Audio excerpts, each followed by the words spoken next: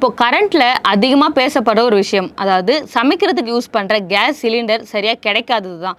ஏன்னா Iran Israel போரால ஏற்பட்ட தட்டுப்பாட்டு காரணமா தமிழ்நாடு முழுசாவே சிலிண்டரோட சப்ளை முழுசா நிறுத்தப்பட்டு இருக்கு. இந்த ஒரு பிரச்சனையால அதிகமா பாதிக்கப்படுறவங்க யாருன்னா ஹோட்டல்ஸ், டீ கடை வச்சிருக்கவங்க, அதில் ஒர்க் பண்ணுற எம்ப்ளாயிஸ், ஹாஸ்டலில் ஸ்டே பண்ணி படிக்கிற ஸ்டூடெண்ட்ஸ், இல்லை ஒர்க் பண்ணுறவங்க, ஃபுட் டெலிவரி எம்ப்ளாயிஸ்ன்னு அதிகம் பேர் இதில் பாதிக்கப்படுறாங்க.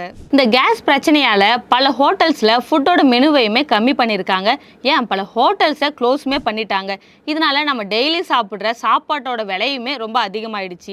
இந்த ஒரு பிரச்சனை ஒரு நாள் இல்லை 2 நாள் நடந்துச்சுன்னா பெரிய பிரச்சனையே இருக்காது. ஆனால் இதுவே தொடர்ந்து நடந்துச்சு அப்படின்னா பலரோட வாழ்வாதாரமுமே நேரடியாக பாதிக்கும். ஸோ இந்த ஒரு பிரச்சனைக்கு கூடிய சீக்கிரத்தில் சரியான தீர்வு கிடைக்கணுங்கிறது தான் பொதுமக்களோட பெரிய எதிர்பார்ப்பாக இருக்குது.